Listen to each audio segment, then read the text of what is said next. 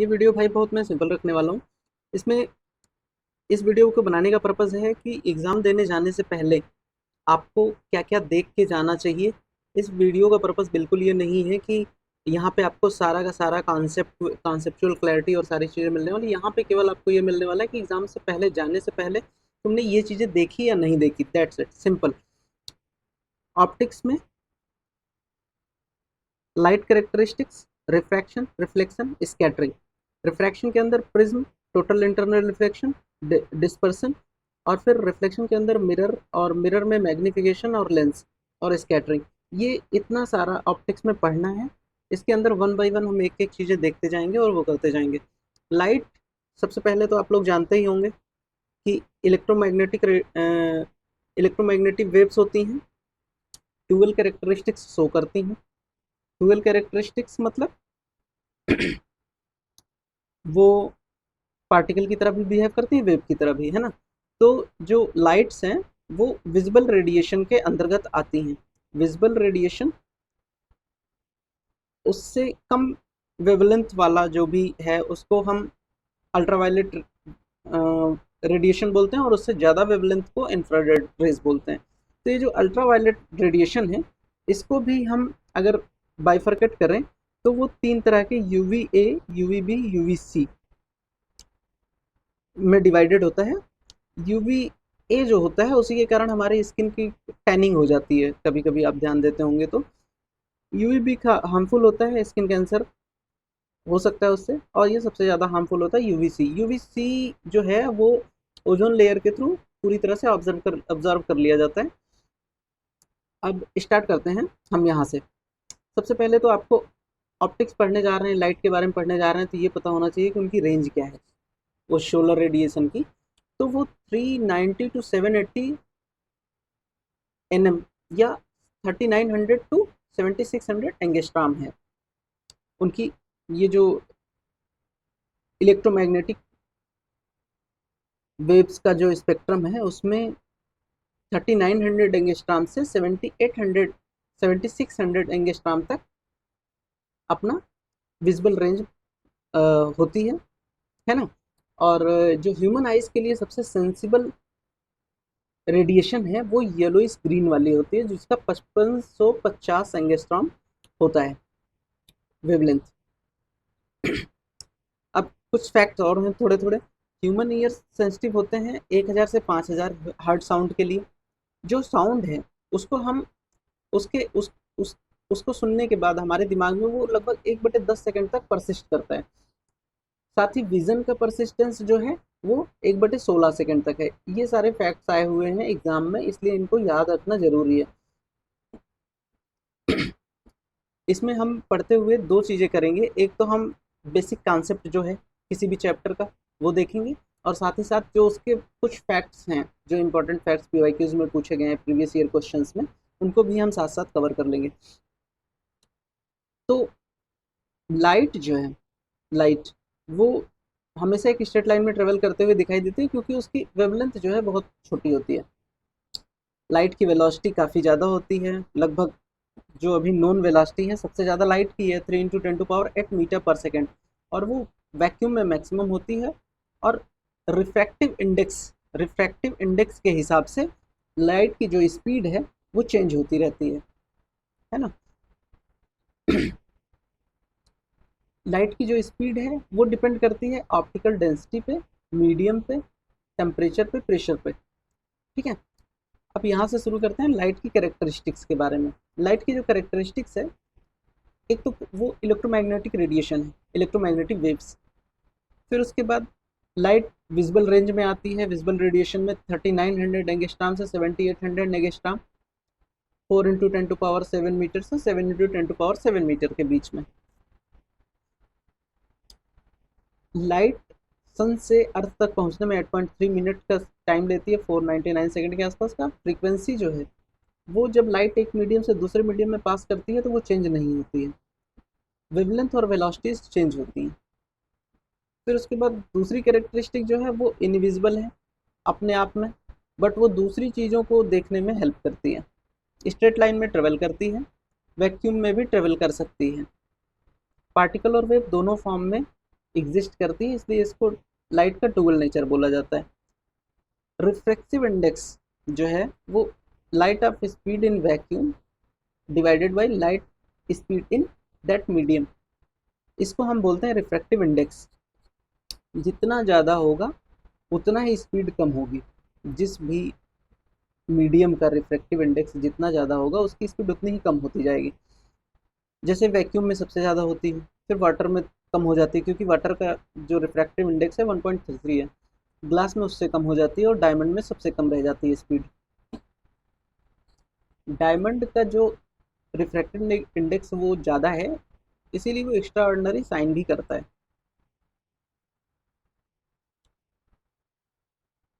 Refraction, ये second concept है अपने लाइट का कैरेक्टरिस्टिक्स के बाद रिफ्रैक्शन। रिफ्रैक्शन के लिए सबसे पहले तो एक शर्त है कि दो मीडियम होने चाहिए और ट्रांसपेरेंट होने चाहिए मीडियम। दो मीडियम है, उनमें से एक डेंस होगा, एक रेयर होगा। डेंस का मतलब हाई डेंसिटी वाला मीडियम, और दूसरा रेयर का मतलब होता है लो डेंसिटी वाला मीडियम। तो जब लाइट हमारी एक मीडियम से दूसरी मीडियम में ट्रेवल करती है, तो या तो वो नॉर्मल जो है उसके नज़दीक आ जाती है या उससे दूर हट जाती है। दो कंडीशंस होती हैं। तो जब हमारा लो डेंसिटी से हाई डेंसिटी की ओर जाती है, तो जो रिफ्रैक्टिव रे है लाइट की, वो नॉर्मल की तरफ झुक जाती है। तो आई यहाँ पे जो एंगल ऑफ इंसिडेंस है वो एंगल ऑफ रिफ्रैक्शन से हमेशा ज़्यादा होता है। Angle of incidence is greater then angle of refraction. ये तो फर्स्ट कंडीशन हो गई, मीडियम वन मीडियम टू, जैसा कि मैंने बताया लो डेंसिटी हाई डेंसिटी का। सेकेंड कंडीशन होती है कि जब I is smaller than are, आई मतलब incident angle is smaller than refractive angle. यहाँ पे जो हाई डेंसिटी मीडियम है उससे लो डेंसिटी मीडियम की तरफ लाइट रेज जो हैं वो पास करती हैं। तो जब हाई डेंसिटी मटेरियल से हाई डेंसिटी मीडियम से लो डेंसिटी मीडियम की तरफ जाती हैं, तो वो नॉर्मल से दूर हट जाती हैं। ये नॉर्मल वे है और ये इस वे में जा रही है जिससे कि ये नॉर्मल से दूर हट रही है। डेंस से रेयरेस्ट की तरफ जाने पे, डेंस से रेयर की तरफ जाने पे स्पीड बढ़ती है, क्योंकि डेंस से जब रेयर में जाएगी तो रिफ्रैक्टिव इंडेक्स कम होगा, रिफ्रैक्टिव इंडेक्स कम होगा तो स्पीड बढ़ेगी, और साथ ही साथ नॉर्मल से दूर हट जाती है डेंस से रेयर में, जैसा कि यहाँ देखा हमने, है ना। अब कुछ रिफ्रैक्शन के एग्जांपल हैं। रिफ्रैक्शन के एग्जांपल जैसे सन जो है वो एक्चुअल सनराइज से कुछ मिनट पहले दिख जाता है, ऐसा कॉन्सेप्ट है, तो वो होता है रिफ्रैक्शन के कारण। सन और मून जो है वो इलिप्टिकल हार्जिन के जब नज़दीक होते हैं तो वो इलिप्टिकल दिखाई देते हैं, वो भी रिफ्रैक्शन के कारण होता है। फिर उसके बाद स्विमिंग पूल जो है वो कम डीप दिखाई देता है, ये भी रिफ्रैक्शन के कारण होता है। ऑब्जेक्ट्स जो हैं वो जब पानी में होते हैं तो वो स्मॉल दिखाई देते हैं और बेंट दिखाई देते हैं। कोई भी इमर्जिंग रॉड है जो पानी में इमर्ज्ड है, तो वो हमेशा जितनी लेंथ है उसकी एक्चुअल लेंथ उससे कम ही दिखाई देगी और साथ ही बेंट दिखाई देगी। ऐसा आपने ऑब्जर्व भी किया होगा कई बार। जो पानी में कोई भी डूबी हुई चीज़ है ना, तो वो हमेशा अपने एक्चुअल डेप्थ से ऊपर दिखाई देगी, मतलब जो एक्चुअल डेप्थ होगी उसकी वो कम दिखाई देगी, ज़्यादा दिखाई देगी। जो ऑब्जेक्ट है वो अपनी ओरिजिनल पोजीशन से हमेशा ऊपर उठा हुआ दिखाई देता है, मतलब जब आप देखोगे तो उसकी डेप्थ कम लगेगी बट एक्चुअली वो ज़्यादा डेप्थ में होगा। और ट्विंकलिंग ऑफ स्टार्स, ये सारे के सारे एग्जांपल्स जो भी हमने हाईलाइटेड कर रखे हैं वो सारे एग्ज़ाम में पूछे गए हैं, हाईलाइटेड किए हुए या जो हमने अलग कलर के पेन से लिख रखे हैं ब्लैक के अलावा। फिर रिफ्रैक्शन में जब प्रिज्म से जब कोई भी लाइट की रे पास करती है तो वहाँ पे भी रिफ्रैक्शन के कारण जो कलर वाइट लाइट है वो 7 अलग अलग कलर्स में डिवाइड होती है, जिसे कि डिस्पर्सन ऑफ लाइट बोलते हैं। वाइट लाइट का 7 अलग अलग कलर्स में डिवाइड होना, डिस्पर्सन ऑफ लाइट। ऐसा क्यों होता है? ऐसा इसलिए होता है कि जो लाइट है वो जब प्रिज्म से होके पास होती है, तो जो अलग अलग वेवलेंथ की लाइट में डिफरेंट कलर्स हैं, उनकी सबकी वेवलेंथ अलग होती है, और वो उनका जो एंगल होता है, रिफ्रैक्टिव एंगल, वो सबका डिफरेंट होता है, जिस कारण से वो सेपरेट हो जाती हैं और अलग अलग कलर की दिखाई देती हैं। तो जो हमारा स्पेक्ट्रम बनता है, तो विब ग्योर करके बनता है, विब ग्योर। ये सारे कलर्स के नाम, red, orange, yellow, green, blue, violet, है ना।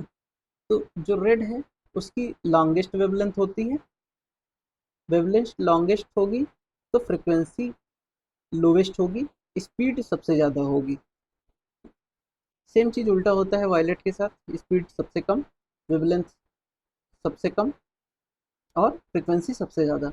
जहाँ पे फ्रिक्वेंसी होगी वहाँ पे एनर्जी होगी ज़्यादा, जितना भी वेवलेंथ कम उतना ही एनर्जी ज़्यादा, क्योंकि ये फार्मूला होता है ई बराबर एच सी अपन लेमडा। एनर्जी जो होती है वेवलेंथ के एनर्जी जो होती है वेवलेंथ के अपोजिट होती है, अगर वो ज़्यादा तो वेवलेंथ कम, कुछ इस तरह से। अब जो हमारा रेड है, अब जो इसकी लॉन्गेस्ट वेवलेंथ है और लोवेस्ट एनर्जी है, फ्रिक्वेंसी जो सबसे कम है, स्पीड सबसे मैक्सिमम है, इसके कारण कुछ चीज़ें, कुछ इसकी प्रॉपर्टीज़ होती हैं। जैसे ये सबसे कम डेविएट करता है प्रिज्म से, है ना। रिफ्रैक्टिव इंडेक्स ऑफ प्रिज्म जो है वो रेड के लिए लेस है, ये उससे डिराइव्ड होता है।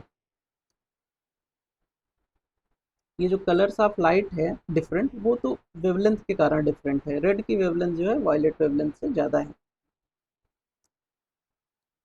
फिर उसके बाद आता है टोटल इंटरनल रिफ्लेक्शन का कॉन्सेप्ट। टोटल इंटरनल रिफ्लेक्शन का मतलब, दो कंडीशन फुलफिल होनी चाहिए टोटल इंटरनल रिफ्लेक्शन के लिए। पहली, मीडियम। मीडियम जो है वो, जो लाइट है वो हमेशा डेंस टू रेयरर की तरफ जानी चाहिए, डेंस से रेयरर में, जैसे डायमंड टू ग्लास।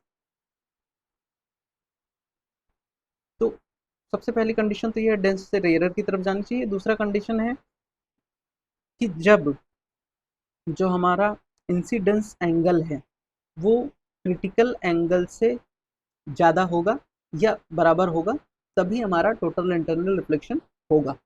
ये दो कंडीशंस हैं। क्रिटिकल एंगल क्या होता है? एंगल ऑफ इंसिडेंस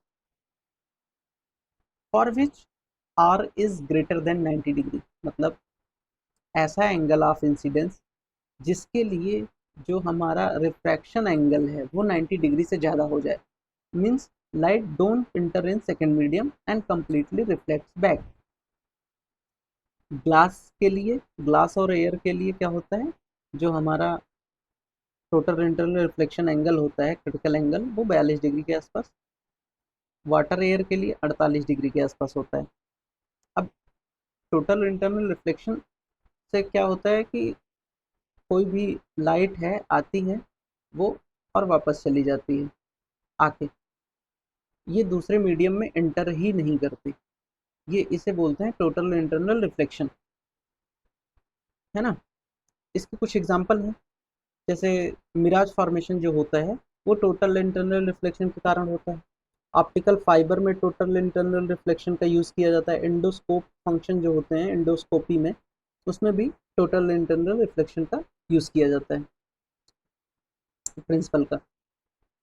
अब जैसे मिराज फॉर्मेशन जो होता है वो एक तो टेरेस्ट्रियल हीटिंग होती है और साथ ही साथ रिफ्रैक्शन होता है। ये दो कॉन्सेप्ट हैं, टेरेस्ट्रियल हीटिंग और रिफ्रैक्शन के कारण मिराज फॉर्मेशन होता है। जो अपना डायमंड है उसको जब हम कट करते हैं तो वो बहुत ब्राइटली शाइन करता है, क्यों? क्योंकि उसमें टोटल इंटरनल रिफ्लेक्शन होता है। कोई भी थिन फोम है उसमें बहुत सारे ग्लिटरिंग कलर्स दिखाई देते हैं, वो रीज़न है उसका टोटल इंटरनल रिफ्लेक्शन है। इंटरफेरेंस, इंटरफेरेंस भी उसमें इन्वॉल्व होता है। तो ये सारी चीज़ें हैं, है ना। और जो हमारा मैक्सिमम रिफ्लेक्शन बाई, हमारा जो मैक्सिमम रिफ्लेक्शन है वो कहाँ हमें देखने को मिलता है? फ्रेश स्नो में। जब लाइट आती है तो वो अगर सपोज करो लैंड में आ रही है, वाटर में आ रही है, तो वो सबसे ज़्यादा कहाँ पे रिफ्लेक्ट होगी तो फ्रेश स्नो में। रिफ्लेक्शन, अब नेक्स्ट कॉन्सेप्ट की तरफ बढ़ते हैं। जब लाइट बाउंस करती है किसी ऑब्जेक्ट से वापस, तो उसे रिफ्लेक्शन बोलते हैं। जैसे हमें ग्रास ग्रीन क्यों दिखाई देती है, क्योंकि जो ग्रास है वो रिफ्लेक्ट बैक करती है केवल ग्रीन कलर को। ग्रीन कलर ऑफ लाइट को रिफ्लेक्ट बैक करती है और बाकी सबको ऑब्जर्व कर लेती है, इसलिए हमें ग्रास जो है वो ग्रीन दिखाई देती है ना। रिफ्लेक्शन, रिफ्लेक्शन होता कैसे है? वैसे तो हर ऑब्जेक्ट से होता है। जो तुम्हें कोई भी कलर दिखाई दे रहे हैं, वो सारे के सारे कलर वैसे इसलिए दिखाई दे रहे हैं क्योंकि केवल और केवल लाइट के, वाइट लाइट के केवल उस कलर को ही वो रिफ्लेक्ट बैक कर रहा है, बाकी सबको ऑब्जर्व कर ले रहे हैं। कोई चीज़ रेड दिखाई दे रही है इसलिए क्योंकि वो रेड वेवलेंथ की उसको केवल रिफ्लेक्ट बैक कर रही है, बाकी सबको ऑब्जर्व कर दे रही है। रिफ्लेक्शन में दो कॉन्सेप्ट, रिफ्लेक्शन दो तरीके से हो सकता है जो एकेडमिक पॉइंट ऑफ व्यू से इम्पोर्टेंट है, वो है मिरर और लेंस। मिरर और लेंस दो चीज़ें। तो मिरर किसे बोलते हैं? कोई भी smooth well polished reflecting surface को हम मिरर बोलते हैं। दो तरीके के हो सकते हैं, प्लेन मिरर हो सकता है, स्फेरिकल मिरर हो सकता है। प्लेन मिरर किसे बोलेंगे? जिसका रेडियस ऑफ कर्वेचर इनफाइनाइट हो। अब प्लेन मिरर जो है वो जब रिफ्लेक्ट करेगा तो उससे जो इमेज फॉर्मेशन होगा वो हमेशा वर्चुअल इमेज होगी, अनरियल होगी, equal to size of object होगी। जितना बड़ा ऑब्जेक्ट उतना बड़ा वो बनाएगा, सेम डिस्टेंस पे क्रिएट करेगा इमेज को। इन्वर्टेड होगी, इन्वर्टेड का मतलब लेफ्ट, अगर कोई चीज़ एक्चुअल इमेज का मतलब एक्चुअल ऑब्जेक्ट का अगर लेफ्ट है तो वो इमेज में जो दिखाई दे रहा है उसका राइट होगा, ऐसा इन्वर्टेड। दूसरा आता है स्पेरिकल मिरर। प्लेन मिरर में कुछ और कॉन्सेप्ट हैं, उसे भी देख लेते हैं अभी साथ ही साथ। जैसे जब हम प्लेन मिरर को, अगर दो पैरेलल प्लेन मिरर को खड़ा करें तो उनके बीच कितनी इमेज बनेगी, तो वो इनफाइनाइट इमेज क्रिएट करेंगे। यदि मिरर को इंक्लाइंड कर दिया जाए थीटा डिग्री पे तो कितनी इमेज बनेगी? 360 थीटा माइनस 1। यदि मिरर को रोटेट किया जाए थीटा एंगल पे तो जो रिफ्लेक्टेड रे है वो 2 थीटा एंगल पे रोटेट हो जाएगी। किसी भी प्लेन मिरर में मिनिमम हाइट, किसी भी फुल इमेज को दिखाने के लिए प्लेन मिरर की मिनिमम हाइट कितनी होनी चाहिए? तो half of the height of object या पर्सन। ये फैक्ट्स हैं जो एग्जाम में पूछे गए हैं, तो इन्हें ध्यान से याद कर लेना है। अब आते हैं स्फेरिकल मिरर पे।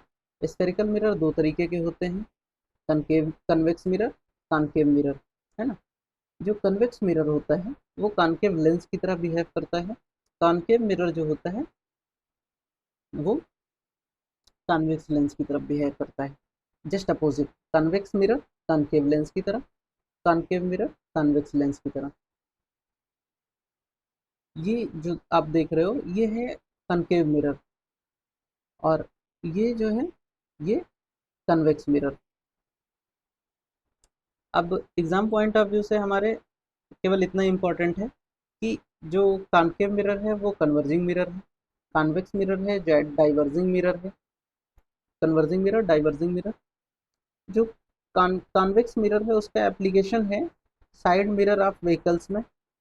जो हम साइड मिरर लगे होते हैं व्हीकल्स में वो कॉन्वेक्स मिरर होंगे हमेशा। सन ग्लासेस कॉन्वेक्स मिरर होंगे। एटीएम्स में जो ग्लास लगे होते हैं वो कन्वेक्स मिरर होते हैं। ईयर, नोज, थ्रोट, कोई भी चीज़ एग्जामिन करना है डॉक्टर्स को तो वो कन्वेक्स मिरर का यूज़ करते हैं। इसमें कन्वेक्स मिरर को डाइवर्जिंग मिरर बोलते हैं, ये ध्यान रखना। फिर उसके बाद आता है कॉनकेव मिरर। कॉनकेव मिरर भी क्या होता है? डेंटिस्ट जो यूज़ करते हैं, बिग इमेज ऑफ टीथ, वो कॉनकेव मिरर है। फिर रिफ्लेक्टर, रिफ्लेक्टर की तरह जो यूज़ करते हैं वो कॉनकेव मिरर होता है। टार्चेस में, हेडलाइट में, सर्च लाइट में, सब जगह कॉनकेव मिरर होता है। शेविंग में भी कॉनकेव मिरर होता है।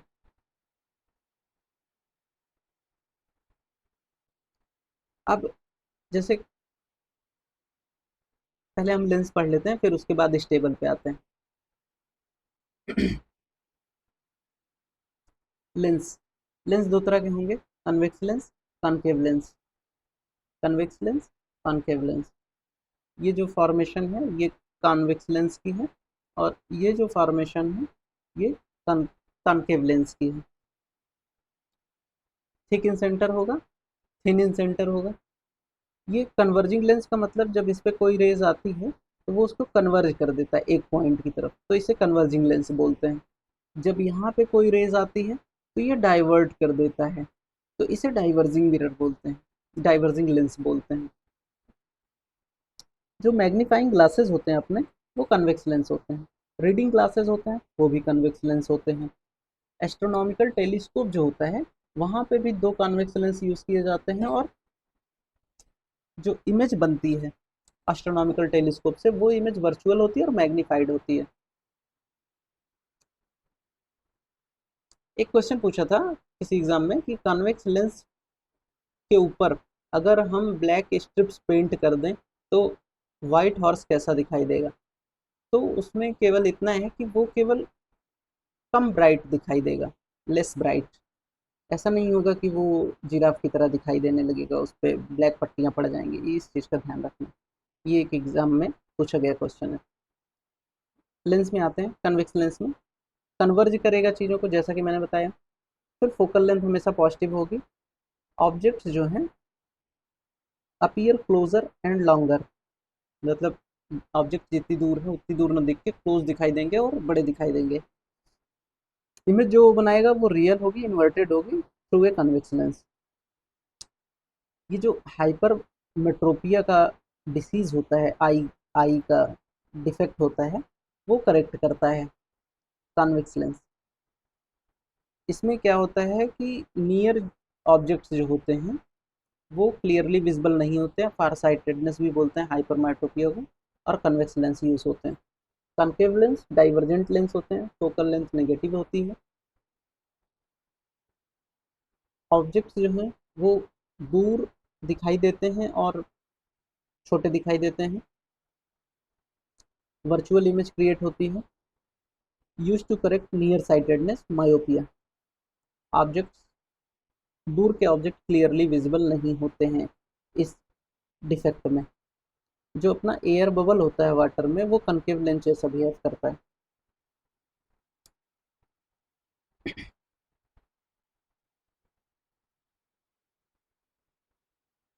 हाँ, इस टेबल को पढ़ने से पहले हमें थोड़ा सा कॉन्सेप्ट समझना पड़ेगा कि ये टेबल बनी कैसे।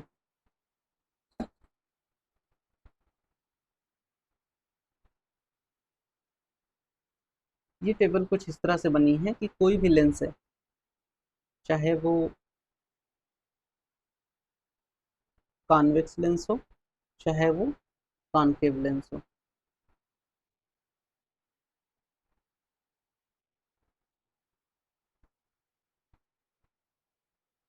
सेम चीज़ मिरर के साथ भी है। तो वो कोई ना कोई दो स्फेरिकल शेप के ग्लासेस से काट के बनाया गया होगा। तो जो इनका फोकस होता है सेंटर, उसको F1 और F2 बोला जाता है। सेम चीज़ इसके साथ भी होती है, ये भी किसी न किसी स्फेयर से काट के बनाए गए हैं। तो हमेशा इसमें दो सेंटर होंगे लेंस में। मिरर में ऐसा नहीं होगा, मिरर में केवल एक सेंटर होगा। ये जो भी इसका सेंटर होगा वो सेंटर होगा, है ना। तो सबसे पहले तो हमें ये समझना पड़ेगा कि यहाँ पे जो पोजीशन ऑफ ऑब्जेक्ट है उसको डिफाइन करने के लिए, जैसे इन्फिनिटी पे रखा है, 2F1 पे रखा है, बियॉन्ड सी रखा है। ये जो ब्लू वाले कलर हैं, ब्लू वाले ब्लू कलर्स मिरर को डिफाइन करते हैं, जैसे कॉनकेव मिरर यहाँ पे लिखा हुआ है। ग्रीन कलर जो है वो लेंस को वो करता है। और ये दोनों चीज़ें एकदम सेम हैं, बस जस्ट अपोजिट है। जैसा कि मैंने बताया था कि concave mirror concave convex lens जैसा बिहेव करता है, और कनकेव लेंस जो है कनकेव कन्वेक्स मिरर जैसा बिहेव करता है। तो इसलिए ये जो जितने भी इमेज फॉर्मेशन होंगे वो सब सेम होंगे, कन्वेक्स लेंस के लिए या कॉनकेव मिरर के लिए सारी कंडीशन सेम होंगी सब कुछ। इसीलिए मैंने सारी टेबल्स को समेट के एक टेबल में फिक्स कर दिया है। तो पोजीशन ऑफ ऑब्जेक्ट सिंपल वाला पहले लेते हैं, कॉनकेव लेंस।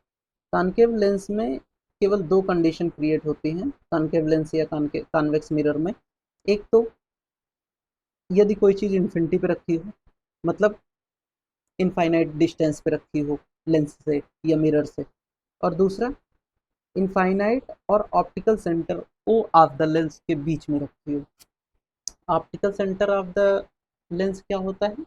ऑप्टिकल सेंटर ये होता है किसी भी लेंस का ऑप्टिकल सेंटर ओ, है ना। इनका भी ऑप्टिकल सेंटर अगर कोई भी मिरर है तो वहाँ पे ओ के बीच में रखा होगा, ये ऑप्टिकल सेंटर होता है।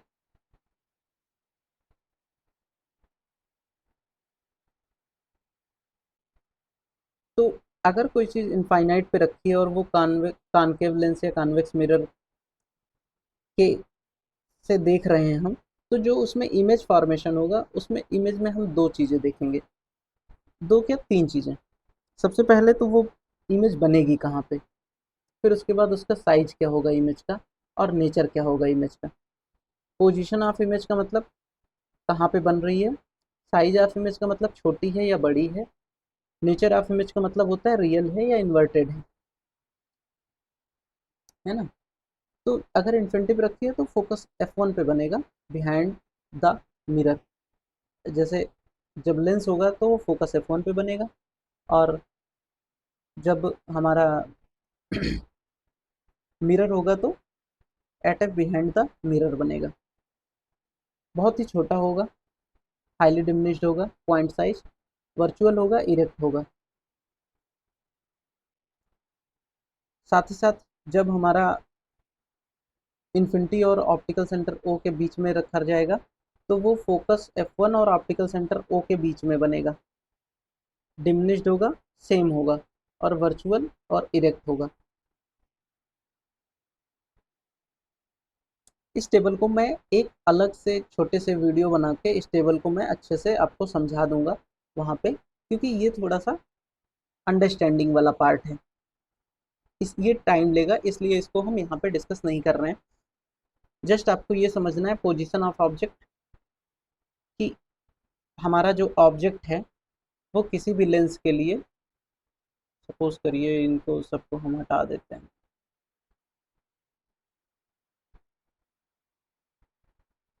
लेंस है हमारा कोई भी, तो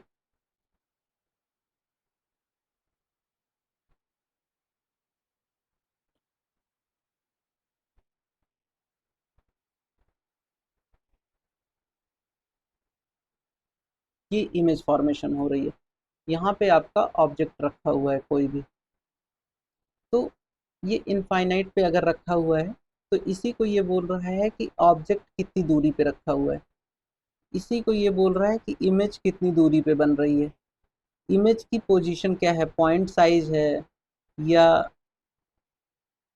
इमेज बड़ी है या छोटी है ऑब्जेक्ट से, और वो रियल है या इन्वर्टेड है, लेंस के अपोजिट साइड में बन रही है, लेंस के पहले ही बन रही है।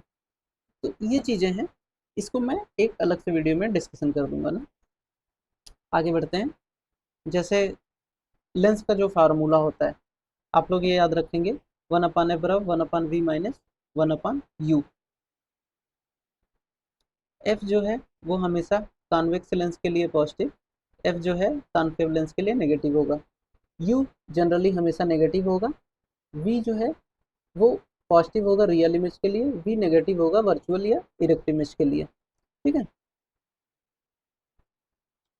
फिर उसके बाद आता है कॉन्सेप्ट पावर ऑफ लेंस का। डी बराबर 1/f, 100/f centimetre dioptre. Sunglass का डायोप्टर जो होता है जीरो होता है। डी जो है वो पॉजिटिव होगा कॉन्वेक्स लेंस के लिए, डी नेगेटिव होगा कॉनकेव लेंस के लिए।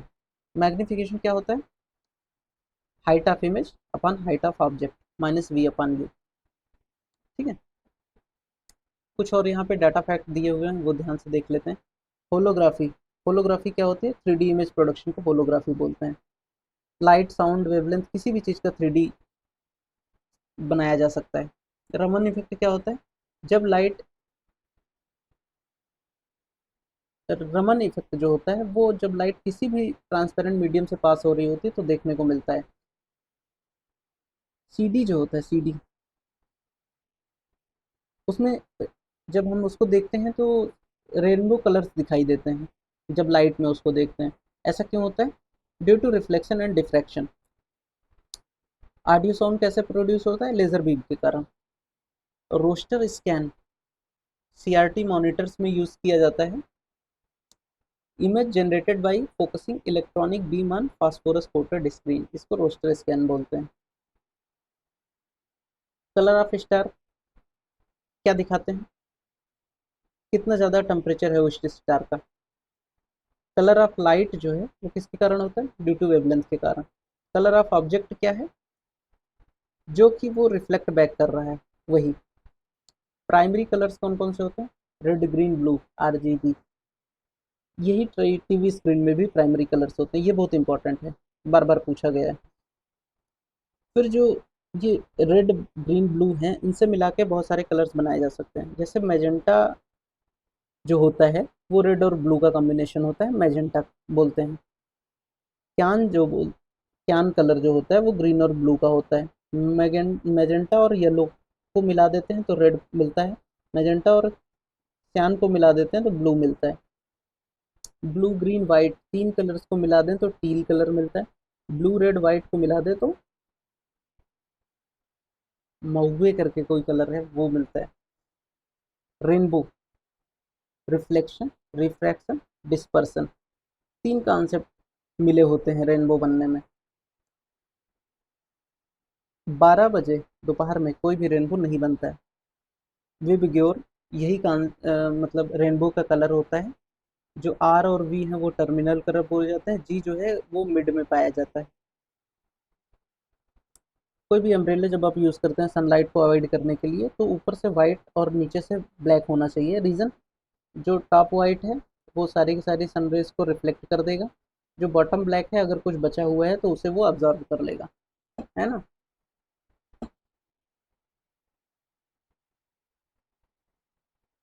अब आते हैं स्कैटरिंग पे। स्कैटरिंग जो है, सबसे पहले तो होता क्या है? Redirection of beam of light in many direction when it interacts with A particle of matter. मतलब जब लाइट रेज जो हैं वो किसी पार्टिकल ऑफ मैटर से टकराएंगी तो वो उसको रिडायरेक्ट कर देना। जैसे कोई रे आई, टकराई तो उसे रिडायरेक्ट कर देना, वो है स्कैटरिंग। डिफरेंस क्या होता है? डिफरेंस रिफ्लेक्शन से कैसे होता है? स्कैटरिंग जो है वो first particle of light is fully observed and then emitted. मतलब पहले वो लाइट पार्टिकल को फुल्ली ऑब्जर्व करता है और फिर वो इमिट करता है। रिफ्लेक्शन में क्या होता है? Wave particle is simply reflected of the surface without interacting. Interaction नहीं होता है, केवल वो सीधे सरफेस से रिफ्लेक्ट कर देता है। ये तो स्कैटरिंग का बेसिक कॉन्सेप्ट है। अब ये अपने एटमॉस्फेयर में ही पाया जाता है, बाहर ऊपर की तरफ बहुत ज़्यादा हाइट पे नहीं पाया जाता है। क्यों? उसका रीज़न है क्योंकि वहाँ पे सस्पेंडेड पार्टिकल्स नहीं होते हैं, ये पार्टिकल ऑफ मैटर जो है वो नहीं पाए जाते। जहाँ वो नहीं पाया जाएगा वहाँ स्कैटरिंग नहीं पाई जाएगी। अब ये जो लाइट ऑफ शॉर्टर वेवलेंथ है वो ज़्यादा स्कैटर होती है लॉन्गर वेवलेंथ वाली लाइट से, ये फैक्ट याद रखना है। जो कलर ऑफ स्काई है वो ब्लू क्यों दिखाई देते हैं? स्कैटरिंग ऑफ लाइट के कारण, क्योंकि ब्लू जो शॉर्टर वेवलेंथ का कलर है वो स्कैटर करता है ज़्यादा। जब ग्रेट हाइट में एरोप्लेन या किसी चीज़ से उड़ रहे होते हैं, देखते हैं वहाँ पे, तो स्काई का कलर ब्लैक दिखाई देता है। ठीक है। स्काई कलर जब हमें रेड दिखाई देता है, रेड क्यों दिखाई देता है मॉर्निंग और इवनिंग में? क्योंकि जो सन होता है वो फारदेस्ट होता है हॉरिजन के पास, तो जो दूसरे अदर कलर्स हैं वो स्कैटर हो जाते हैं, स्कैटर होके ख़त्म हो जाते हैं, वो हमारे तक पहुंच नहीं पाते, हमारी आंखों तक। और क्योंकि रेड में लोवेस्ट स्कैटरिंग होती है इसलिए वो हम तक पहुंच पाता है, इसलिए स्काई का कलर रेड दिखाई देता है। रेड की लॉन्गेस्ट वेवलेंथ है, स्कैटर लिस्ट होता है ट्रैफिक लाइट में और डेंजर सिग्नल्स में, इसीलिए यूज किया जाता है। डिफ्यूज़न जो है वो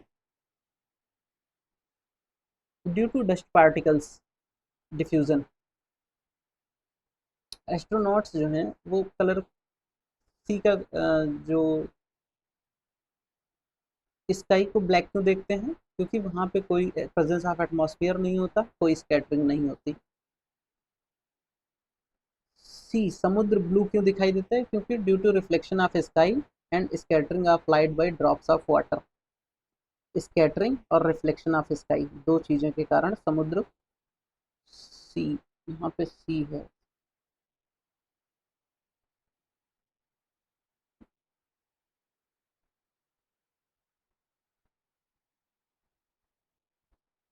है ना। फिर टिंडल इफेक्ट क्या होता है, phenomena of scattering light by colloidal particles give rise to Tyndall effect. Scattering light by colloidal particles, उसे टिंडल इफेक्ट बोलते हैं। अब सपोज करो जैसे कोई अंधेरा कमरा है और उसमें हम जब लाइट डालते हैं, टार्च जलाते हैं, तो वहाँ पे स्मोक और डस्ट पार्टिकल क्लियरली विजिबल होते हैं, यही टिंडल इफेक्ट होता है।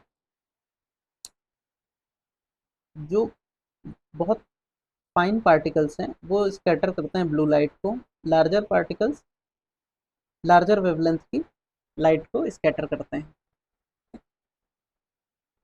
अब उसके बाद आते हैं आई में, और फिर उसके बाद हमारा ये फिजिक्स में ऑप्टिकल वाला चैप्टर कम्प्लीटली ख़त्म हो जाएगा।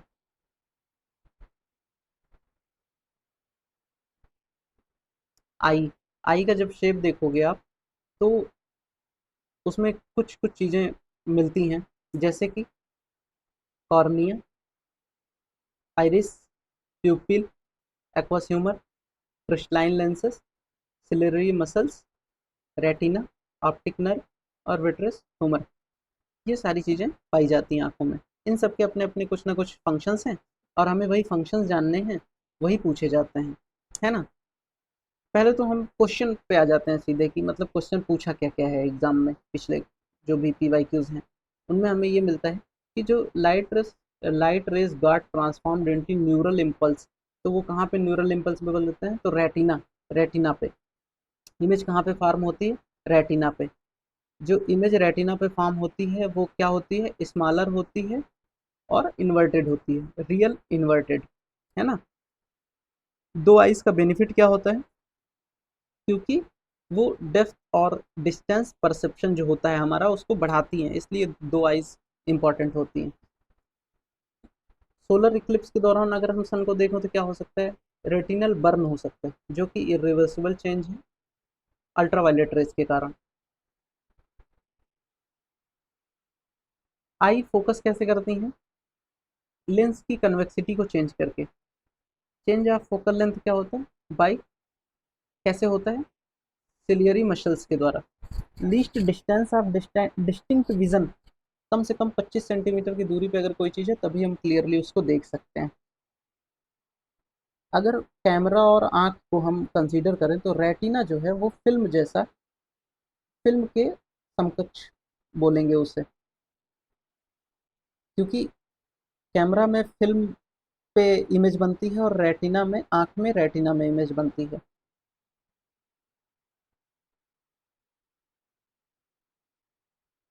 अब यहाँ पे आते हैं हम, एक एक करके सारे के सारे आर्गन्स को हम पढ़ने की कोशिश करते हैं।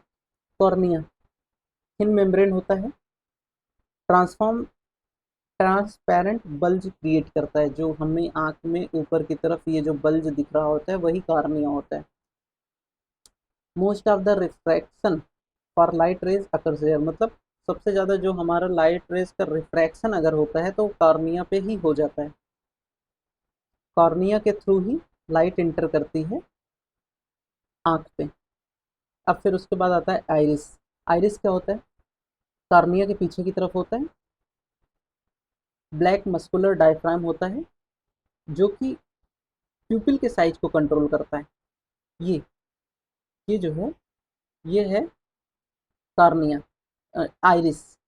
अब ये जो है होल, ये प्यूपिल है, regulates and controls the amount of light entering eye, मतलब यहीं से लाइट एंटर कर रही है आई में।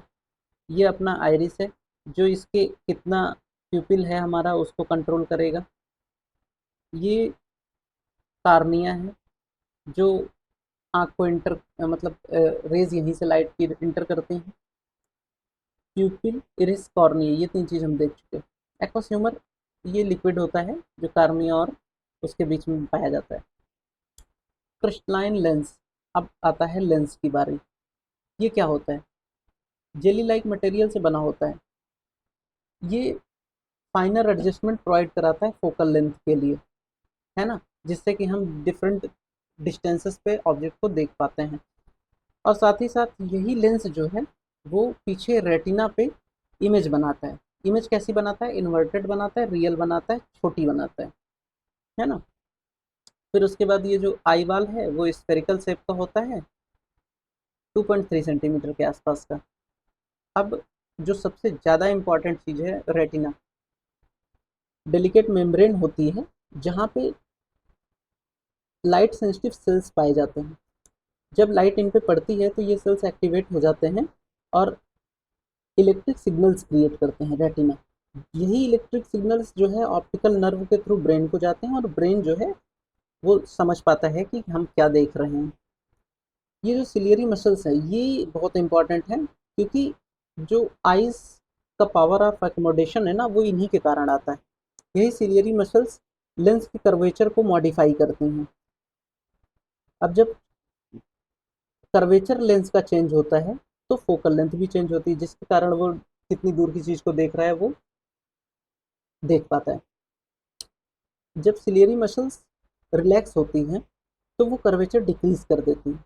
कर्वेचर डिक्रीज होने से लेंस थिन हो जाता है, जिससे फोकल लेंथ इंक्रीज हो जाती है और जो दूर वाले ऑब्जेक्ट हैं उनको हम क्लियरली देख पाते हैं। सेम वाइस वर्सा है कि जैसे ही मसल कंट्रैक्ट होंगी कर्वेचर इंक्रीज हो जाएगा, लेंस थिक हो जाएगा, फोकल लेंथ कम हो जाएगी और हम नज़दीक वाली चीज़ों को देख पाएंगे। इसे बोलते हैं पावर ऑफ एकोमोडेशन, है ना।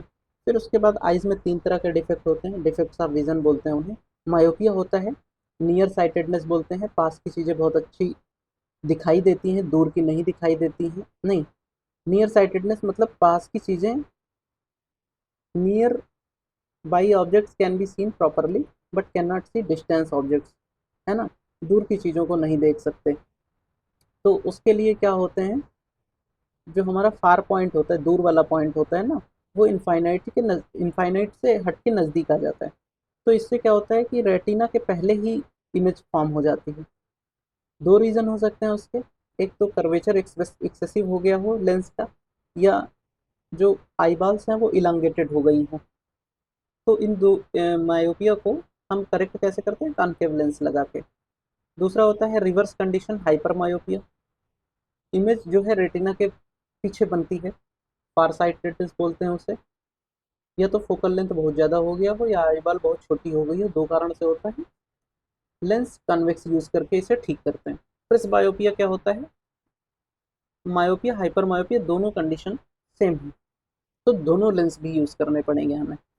ये यूजुअली एजिंग के कारण होता है, जब पावर ऑफ अकोमोडेशन कम हो जाता है। जब सिलियरी मसल्स ठीक से काम नहीं करेंगी तो पावर ऑफ अकोमोडेशन अच्छा नहीं होगा, तो उसके कारण ना तो दूर वाली चीज़ ना तो नज़दीक वाली चीज़ दोनों ठीक से नहीं देख पाएंगे और हमें अपना दोनों लेंसेज का यूज़ करना पड़ेगा, कॉनकेव कॉन्वेक्स लेंस। तो आपने कभी लेंस देखा होगा तो उसमें लेंस में मतलब ग्लास में नीचे की तरफ ऐसे कुछ करके होता है, तो ये कॉनकेव लेंस होता है, ये कॉन्वेक्स लेंस होता है और दोनों चीज़ें देख पाते हैं वो। तो इस तरह से हमने ऑप्टिक्स और आई ये चैप्टर कंप्लीट कर लिया और एटलीस्ट इतनी चीज़ें पता होनी चाहिए जब आप एग्ज़ाम देने जा रहे हो। ठीक है, थैंक यू।